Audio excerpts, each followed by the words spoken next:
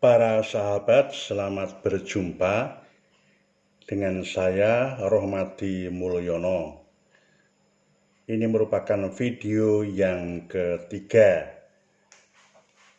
dalam rangka melatih atau latihan mengenai radiestesi dan tenaga pendulum.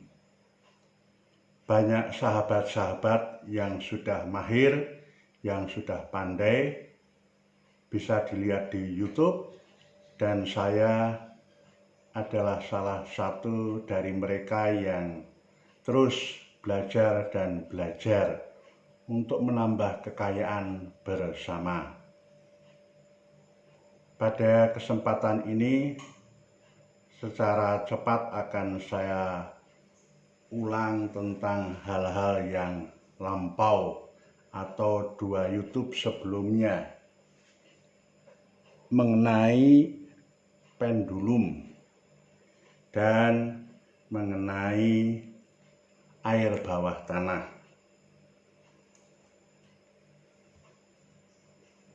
Ada macam-macam pendulum yang bisa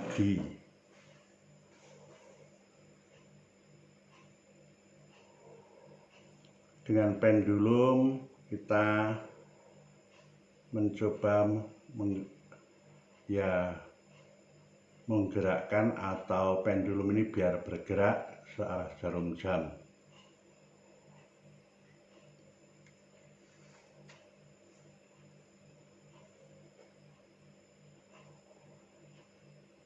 Konsentrasi pikiran sehingga geraknya menjadi stabil. Tentu tangan akan berpengaruh sedikit dalam gerakan ini.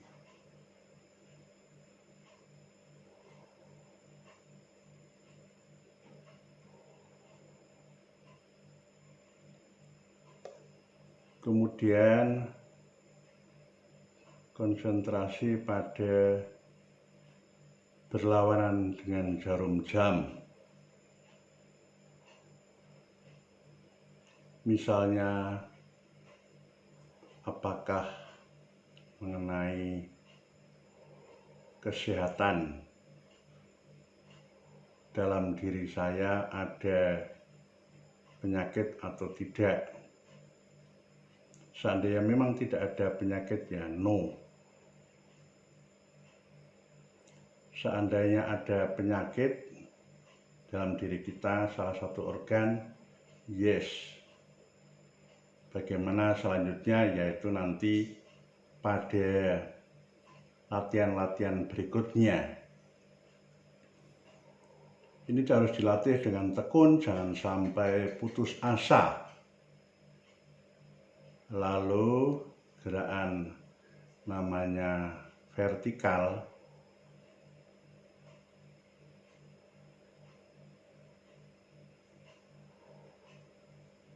Kalau kita menghitung tentang kekuatan jantung misalnya 1, 2, 3, 4. Misalnya kekuatan jantung saya. Terus 1, naikkan. Yes, 2, 3, 4, 5, 6, 7. Nah, dia akan begini, 7. Dalam usia yang sudah kepala 6, dengan situasi kurang tidur, orang-orang muda bisa 10 bahkan lebih, para olahragawan, olahragawati. Kemudian konsentrasi ke namanya horizontal, nanti juga akan berguna untuk menentukan misalnya arah arus air ke kiri atau ke kanan. Ini adalah pelajaran yang pertama, 4 hal. Pertama, searah jarum jam. Yang kedua, berlawanan dengan jarum jam.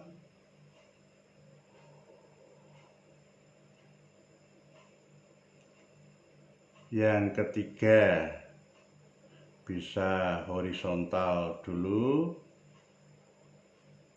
horizontal namanya ini. Bisa yang vertikal, kalau boleh dikatakan keempat.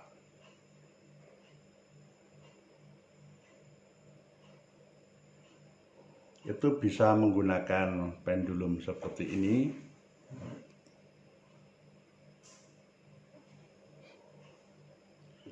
Bisa juga kristal.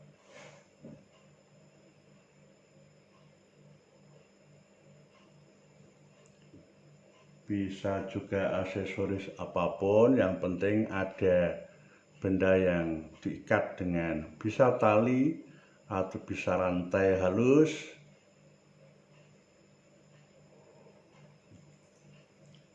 Tidak bisa pengukur dalam pembangunan, alat bangunan, bisa dalam bentuk yang runcing seperti ini. Menurut pengalaman tidak harus runcing ya, ternyata bulat pun bisa. Yang penting itu ada benda yang diikat, tergantung. Kemudian yang kedua secara cepat juga adalah melihat sungai bawah tanah.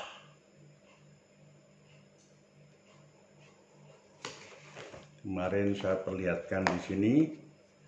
Ini adalah resapan. Yang ini resapan. Itu setiap pengebur bisa langsung menancapkan borunya. Di mana banyak air ya nanti banyak air juga. Tapi bisa pada musim kemarau lalu kering. Sedangkan yang kita cari adalah ini, sungai bawah tanah. Ada jalur sungai di bawah tanah. Pendulum ternyata bisa mendeteksi sungai yang ada di bawah tanah. Sungai yang terbentuk kumpulan air dari atas kemudian masuk ke perut bumi dan lewat retakan-retakan atau celah yang mengalir jauh. Itu bisa dideteksi.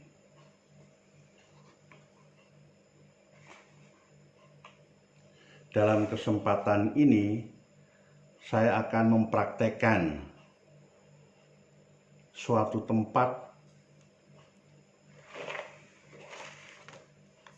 yang ada sungai bawah tanah. Katakanlah suatu tempat kemudian dideteksi. Saya mengambil bayangan di suatu tempat. Sebaiknya memang didatangi, tetapi karena dalam rangka latihan tidak memungkinkan, maka saya mengambil tempat itu dalam bayangan, dalam konsentrasi bayangan.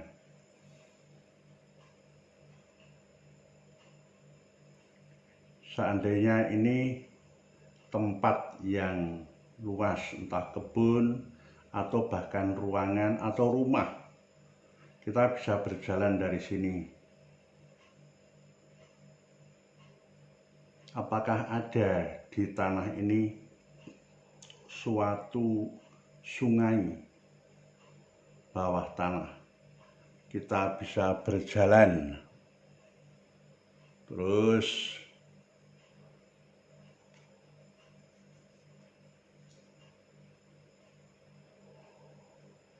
soal utara selatannya tidak usah dipikir, timur barat tidak usah dipikir, jalan saja dengan rileks.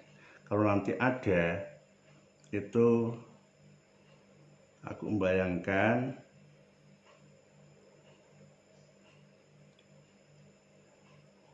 suatu tempat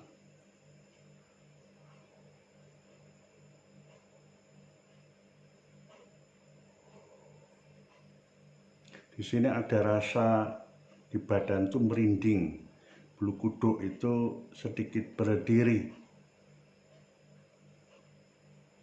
lalu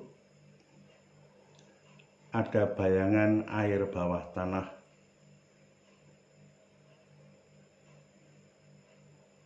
Nanti akan kita lihat kedalamannya, besarnya, dan termasuk bersih tidaknya kandungan yang ada dalam air bawah tanah tadi.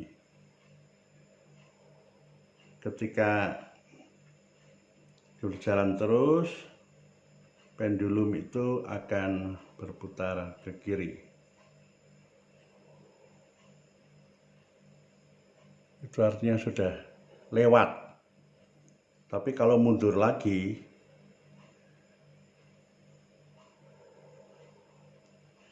saya bayangkan suatu tempat. Ini berarti jalurnya bagaimana?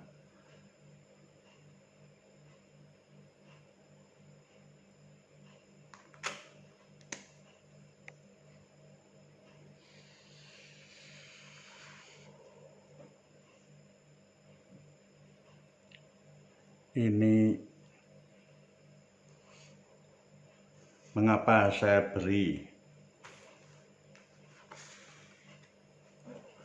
tanda ini, karena di daerah itu air-air pada mengalir ke sana. Kontur tanah di sebelah sana itu lebih rendah. Kita pastikan air itu bawah tanah pun juga akan turun ke arah sana. Sekali lagi, coba lagi dengan pendulum yang lain.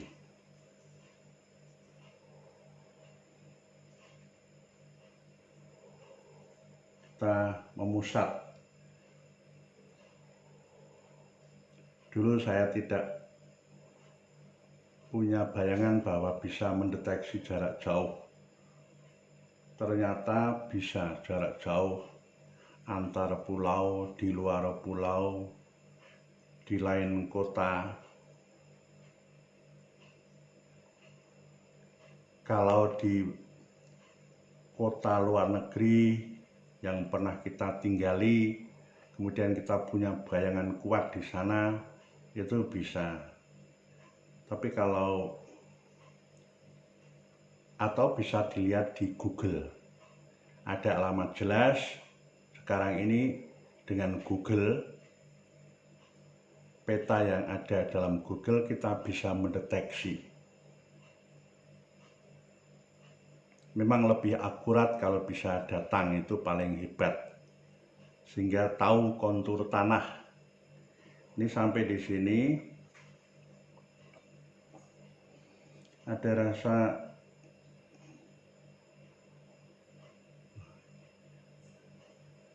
sekali lagi bergetar badan ini, terasa seperti terlibat masuk dalam energi, mungkin istilahnya energi. Energinya itu ya ke kanan, yes, artinya yes. Kemudian dicari jalurnya kemana toh kalau sudah gini. Nah, misalnya tujuannya untuk mengebur, mencari sumber air untuk sumur, untuk mendapatkan air. Bisa dibur dimanapun, mana yang praktis di sini ya bisa, di sini ya bisa dibur, di sini bisa. Kalau di sini rumah tentu lalu ya milih yang di sini. Kalau untuk bangunan di daerah sini ya dipilih di sini, bangunan sini ya pilih di sini. Kalau ini di suatu ruangan, di suatu rumah, kemudian kita itu di sini ada tempat tidur,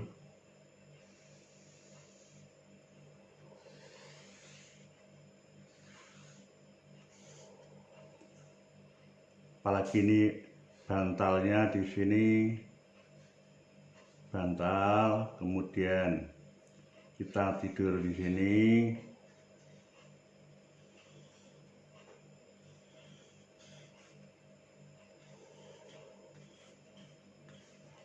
Misalnya kita tidur begini, itu akan terasa berat karena ini berpengaruh. Radiasi yang dibentuk dari sungai bawah tanah ini akan mengganggu kepala kita, juga badan kita. Ini bisa paru-paru kanan, bahkan juga arah jantung, kalau agak tengah bisa ke liver. Maka sebaiknya ini dipindah atau diberi penangkal. Soal penangkal itu pada YouTube yang lain akan saya jelaskan bagaimana membuat penangkal sehingga orang bisa lepas, kekuatan ini bisa hilang. Selanjutnya, bagaimana kedalaman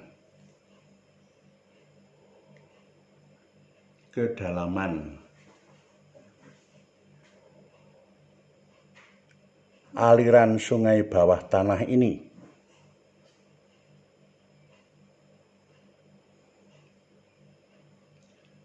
Kita tinggal membuat parameter, menghitung saja dari 1. Nah, ketika 1 belum ada, 2, 3, 4 meter, 5 meter, belum ada air, 6 meter, 7 meter, 8 meter, 9 meter, belum ada.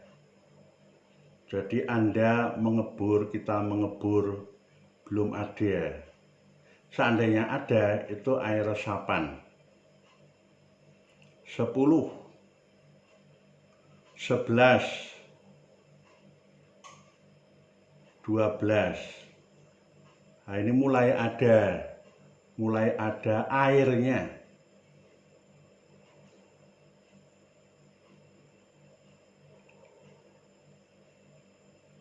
15, airnya semakin besar. 20,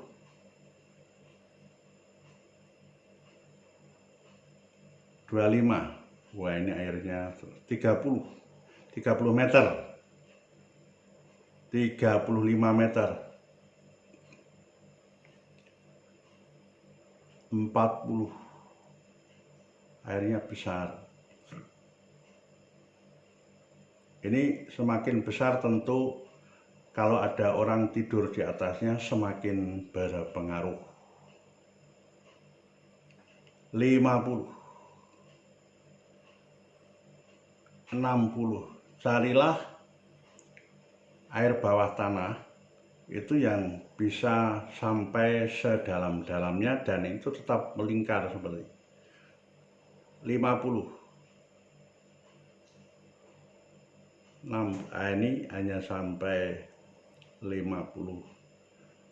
Semakin baik itu kalau bisa sampai terus bahkan 100. Ini sudah tidak ada. Kalau tidak ada atau hanya berhenti itu ya begini ke kiri, artinya sudah tidak ada lagi.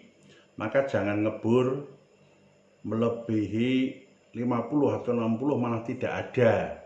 Kalau mau ngebur paling ya 20, 25, 30, 35. Itu saja. Jangan kebablasan, kebablasan malah tidak ada. Dan setiap daerah itu berbeda-beda kontur tanah. Daerah pegunungan itu agak sulit. Daerah yang lereng-lereng gunung itu agak sulit. Ada yang mudah tetapi kebanyakan sulit karena airnya itu tidak berhenti ya, mengalir dan alirannya cepat.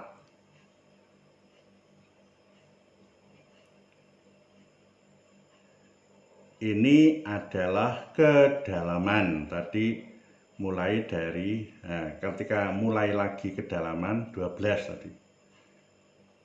11, 12, 55 udah tidak ada, 60 apalagi 60 dan tidak ada. Ini kedalaman. Sekarang air ini besarnya seperti apa? Lihat di sana ada macam-macam pralon.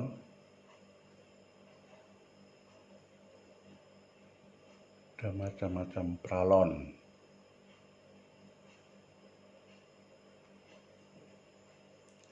Ada pralon ukuran setengah in. Tentu ini lebih besar ya. Saya akan menggunakan ini bandul yang lebih cepat, pendulum yang lebih keras, berat, mengangkut bangunan.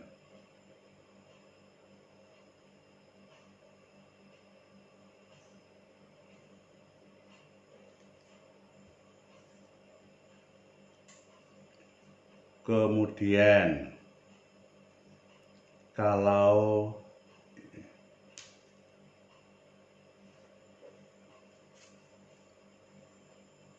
tiga per 4 masih besar,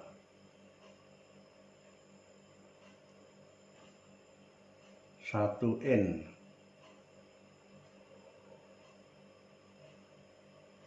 ini berarti cukup bisa, terus masih kuat. Ini yang setengah, 1,5 in agak kecil, kurang. Ada orang yang menggunakan per menit, per detik berapa liter kubik, dan saya menggunakan parameter yang sederhana saja, pakai pralon.